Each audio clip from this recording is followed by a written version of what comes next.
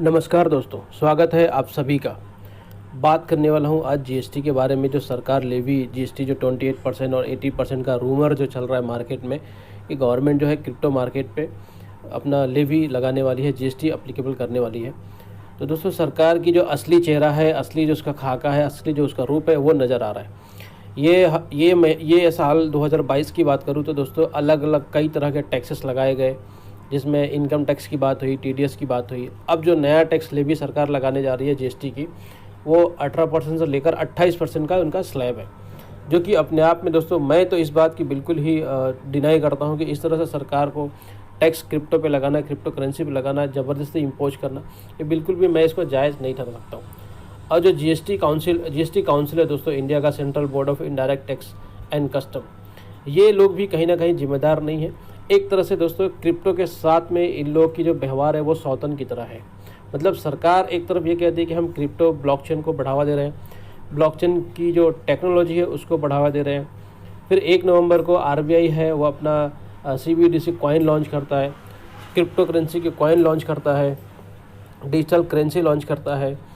Launch के next day ही जो CBIC है, जीएसटी काउंसिल जो पूरा मैनेज करती है, जीएसटी का पूरा लेखा जोखा रखती है, कितना क्या इम्पोज करना है, तो वो एक नोटिफिकेशन देते हैं जितने भी इंडियन एक्सचेंज है उनको देते हैं कि भैया आपके पास कितने कस्टमर है, क्या आपके पास डेटा है, किस तरह का डेटा है, कितने यूजर्स हैं, कितने यूजर्स ट्रेडिंग करते हैं, कितने यूजर्स जो है रजिस्टर्ड हैं, कितने यूजर्स का जो है आपके पास पूरा जो डेटा खाका है सब आप हमें प्रोवाइड कीजिए। और हमारी जो इंटेंशन है बड़ी साफ़ है, हम सीधा सीधा हाईएस्ट जो जीएसटी होगा वो 28% लगाएंगे, लोवेस्ट जो जीएसटी होगा वो 18% लगाएंगे। तो कहीं ना कहीं दोस्तों सवाल जो उठता है सरकार की मंशा पे, कि सरकार की मंशा एक तरफ तो ऑलरेडी इसी साल में, एक ही साल में सारी चीज़ें, सारी टैक्स, इतनी मतलब बेचैनी क्या है सरकार को, सरकार के पास इतनी जल्दीबाजी क्या है कि एक ही साल 2022 में ही इनकम टैक्स भी लगा दिया, टीडीएस भी लगा दिया, जो भी उनको समझ में आता है वो सारे टैक्स लगा दिए। और एंड ऑफ द ईयर, मतलब अभी ईयर भी जो साल है 2022 का वो ख़त्म भी नहीं हुआ है और सरकार ने इसके ऊपर 18% से लेकर 28% तक का जीएसटी भी इम्पोज कर रही। तो कहीं ना कहीं दोस्तों सवाल खड़ा होना वाजिब है।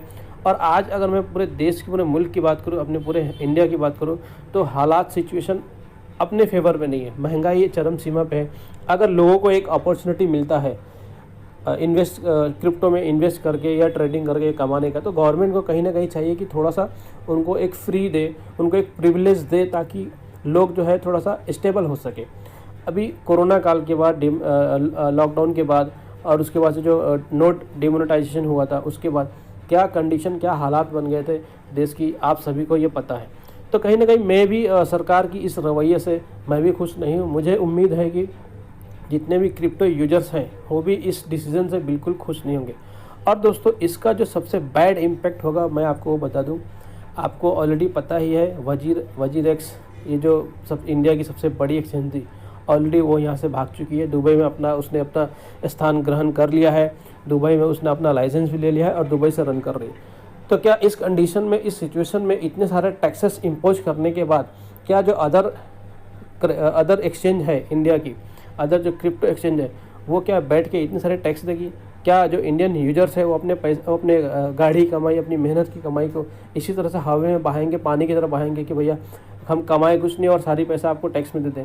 क्या टैक्स एक ही ये जरिया था क्रिप्टो टैक्स लेने की, कि यहीं पे जो सरकार है वो यहाँ से ही कमाई कर सकती है और कोई जरिया नहीं है? आटा दाल चावल पे ऑलरेडी टैक्स लग चुका है, अब बचा क्या है? हवा पानी, यही तो बचा है बस। चलो दोस्तों ये एक अलग टॉपिक है, लेकिन कहीं ना कहीं मैं भी आप लोगों से ये रिक्वेस्ट करता हूँ, मेरा भी ये अपना ओपिनियन है, एडवाइस है कि कहीं ना कहीं सरकार को इस मसले पे सवाल पूछना चाहिए कि क्या और कोई ऑप्शन नहीं है विदाउट जीएसटी के कि आप क्रिप्टो को देश में चलने दें या नहीं दें। देखिए सरकार हो गई है आज के डेट में सबसे बड़ी मोटी हाथी, जो अपना पैर जहाँ रखेगी वहाँ दबा देगी। तो यही सरकार की मंशा भी है कि जनता उठे नहीं, जनता कमाए नहीं, ताकि सरकार जो है अपने हिसाब से चला सके। मैं कोई एक सरकार को ब्लेम नहीं कर रहा हूँ, सरकारें कोई भी है, जनता के हित में तो बिल्कुल उनका डिसीजन, मुझे तो ये फील नहीं होता है कि उनके डिसीजन से जनता इतनी अमीर हो पाई। क्योंकि देखिए दोस्तों, व्यवस्था परिवर्तन बहुत ज़रूरी है, सत्ता परिवर्तन तो हम हमेशा देखते हैं। तो ये क्रिप्टो चैनल है, तो मैं बात भी क्रिप्टो का ही करूँगा, मैं उतना डेप्थ में नहीं जाऊँगा। ट्रेडिंग आप देख सकते हैं स्क्रीन पे, ट्रेडिंग में attract 18% GST। Buying and selling crypto currencies भी consider under the category of supply of goods. मतलब इनका ये बोलना है कि अगर आप क्रिप्टो में कोई भी ट्रेडिंग और इन्वेस्टिंग करते हो तो वो एक सर्विस माना जाएगा, एक सर्विस भी माना जाएगा और एक गुड्स भी माना जाएगा। गुड्स इसलिए कि वो एक प्रोडक्ट हो गया, सर्विस इसलिए कि आप उसमें लेन देन करते हो। तो दोस्तों क्रिप्टो जो करेंसी है, डिजिटल जो करेंसी है, ये तो एक वर्चुअल करेंसी है। इसमें फिजिकली आप कोई भी चीज़ तो देख नहीं सकते। आपको जो भी चीज़ें देखने के लिए अगर मिलती है तो शेयर मार्केट में मिलती है, लेकिन क्रिप्टो करेंसी में आपको फिजिकल चीज़ें देखने के लिए बिल्कुल नहीं मिलती है।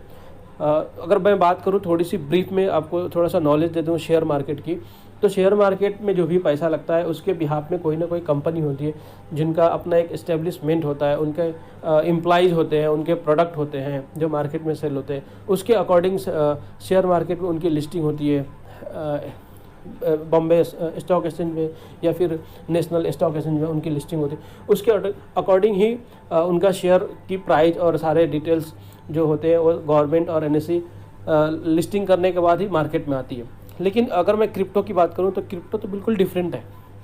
यहाँ तो फिजिकल आपको कुछ देखने के लिए मिलने ही वाला नहीं है, सिर्फ आपको एक न्यूमरिक नंबर ही दिखाई देंगे, चाहे वो क्रिप्टो की कॉइन हो, चाहे उसके अगेंस्ट में आपके पास डॉलर हो, क्योंकि फिजिकल चीज़ें यहाँ पे आप कुछ भी देख नहीं सकते।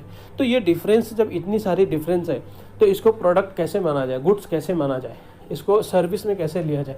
एक बार मैं मान लूँ भी कि ये सर्विस है, तो क्या गवर्नमेंट एक क्रिप्टो के ऊपर इंडियंस जो है इन्वेस्टर्स हैं क्रिप्टो में जो ट्रेडिंग करते हैं, क्या उनको इतना एग्जेम्पशन नहीं मिल सकता?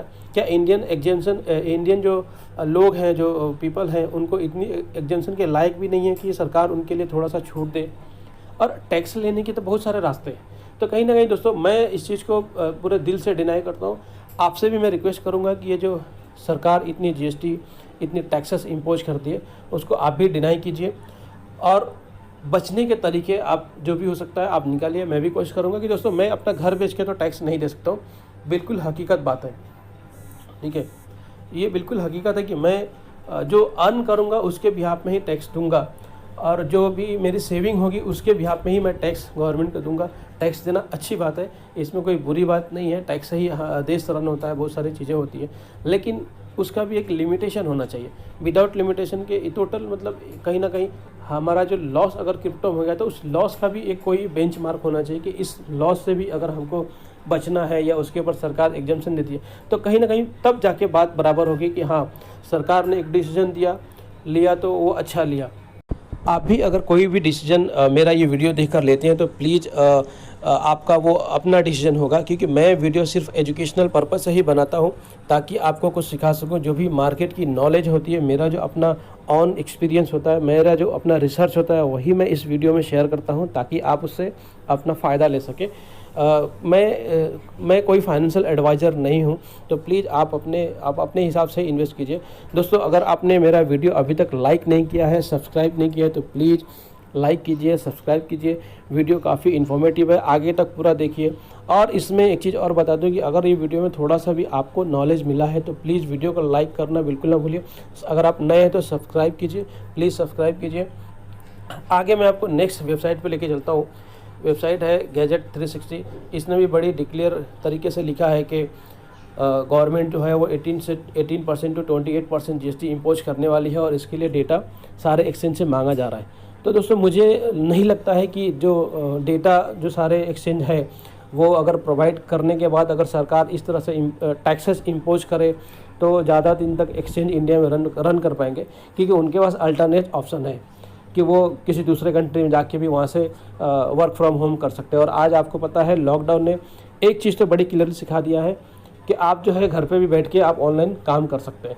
तो ये एक जो नई एक बुरी जो चीज़ हुई उसके साथ साथ बहुत सारी नई भी चीज़ हुई। मतलब हर सिक्के का कहीं ना कहीं दो पहलू तो होता ही है, एक निगेटिव और एक पॉजिटिव।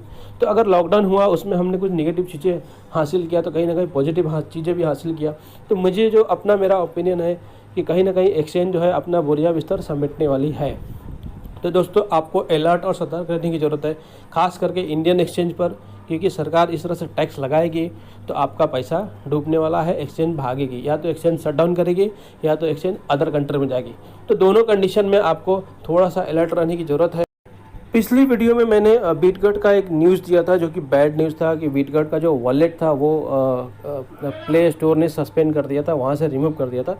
अभी तक उसका कोई भी अपडेट आया नहीं है। जैसे भी कोई अपडेट आएगा दोस्तों, मैं उसके लिए मैं भी एकदम बेचैन हूँ अपडेट जानने के लिए। जैसे भी कोई उसका पॉजिटिव या निगेटिव कोई भी अपडेट आता है मैं आप तक ज़रूर शेयर करूँगा। प्लीज़ आप वीडियो को लाइक और सब्सक्राइब कीजिए, बेल आइकन दबाना बिल्कुल नहीं भूलिए, क्योंकि आने वाली वीडियो आपको फटाक से मिल जाएगी अगर आपने बेल आइकन दबा के रखा है तो। और इसमें दोस्तों फ़ायदा आप ही का है, क्योंकि मेरी जो नॉलेज और रिसर्च होती है दोस्तों, मैं बहुत ही रिसर्च करके तब वीडियो बनाता हूँ। चलिए मिलते हैं दोस्तों नेक्स्ट वीडियो में, तब तक के लिए धन्यवाद।